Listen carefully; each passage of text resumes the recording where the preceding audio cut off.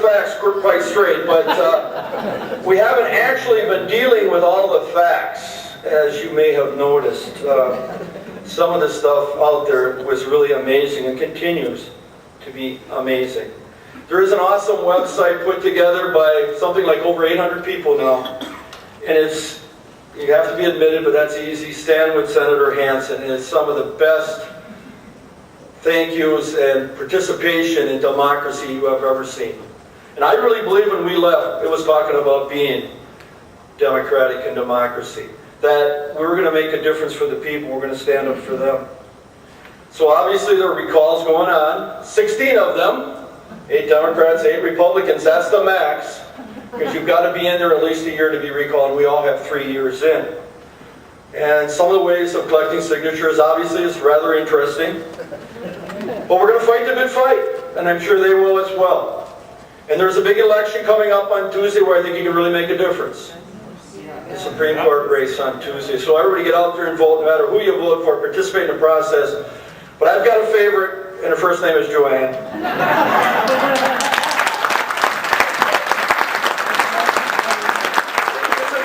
It's important to note that the argument over workers' rights will continue.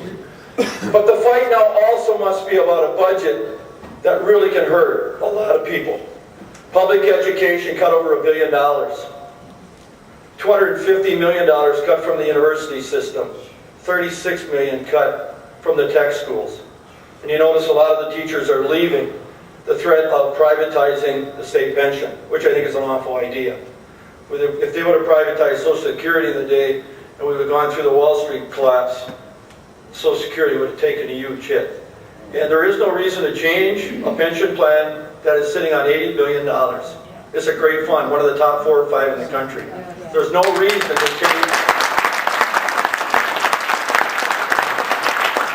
One of the sadder cuts, and one of the programs we're the most proud of, is our senior care program, which is the best prescription drug care plan in the country. Definitely in the country. We're the only state that has a separate one from Medicare D. It has served so many people well. I remember my late neighbor on the corner. His drugs were $1,000 a month. But for a $30 membership and a $15 deductible per drug, he could stay in his home, he could have his meals, he didn't have to split those pills like people had to do before we had the program.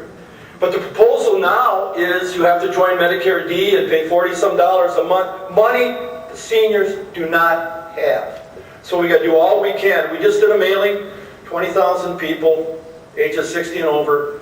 Please do what you can to contact legislators to protect senior care. But when you compare that to Badger Care cuts and MA, it's something like $500 million in cuts to programs that have allowed us to insure 95% of our population, something we should really be proud of.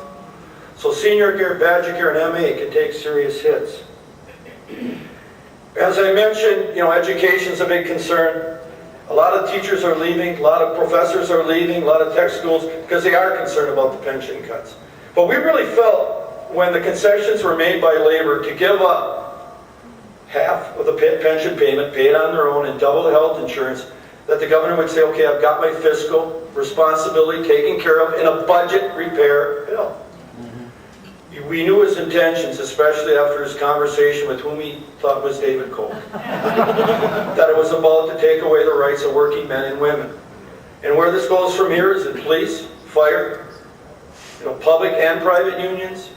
It's a concern for us all because they have made us strong in this country, and we must do whatever we can to continue. So the budget's an issue. There'll be 4 budget sessions. Joint finance will be around this tight. This is the fewest they've ever had, only 4. None in Green Bay. I think 1 in West Allis, 1 in Stevens Point, 1 in Arcadia, and 1 in Minot, near Superior. But nothing locally. Very limited amount of time. Reminds me of what's going on in joint finance. When the department heads come in, it's very limited. You can ask 1 question if you joint finance, and you got to be done. And you got to be done in an hour, even if you've got a lot of questions to ask. So express your opinion as we move forward. I think we have started a movement in this state and in this country, but we started it.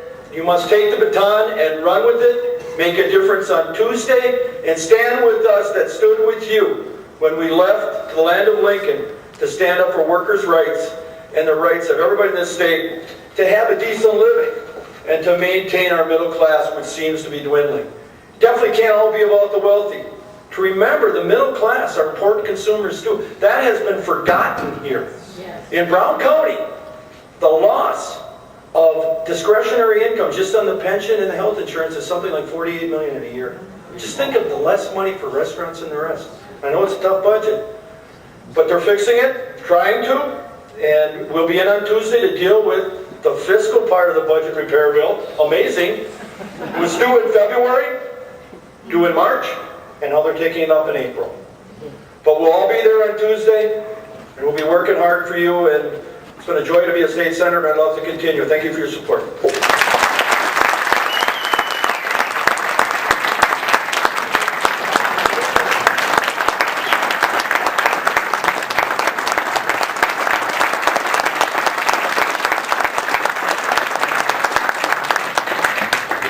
Thank you, Dave. Thank you very much. These are very, very interesting times. I think it's perhaps politically one of the most exciting times in terms of what can be our future and how we can work to change our future. It's something that we have to all work together. But there's someone here that has been in the political scene for many years, and I like to say, you know, we have our own bright line, but we have a bright person with us tonight, Barb Lawton.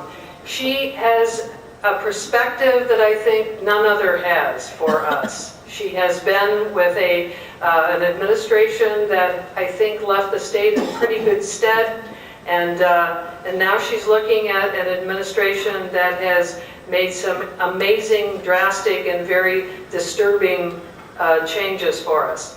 So Barbara, with that, I would like for you to come up and maybe give us some of your thoughts about where we have been and where we are going. Thank you.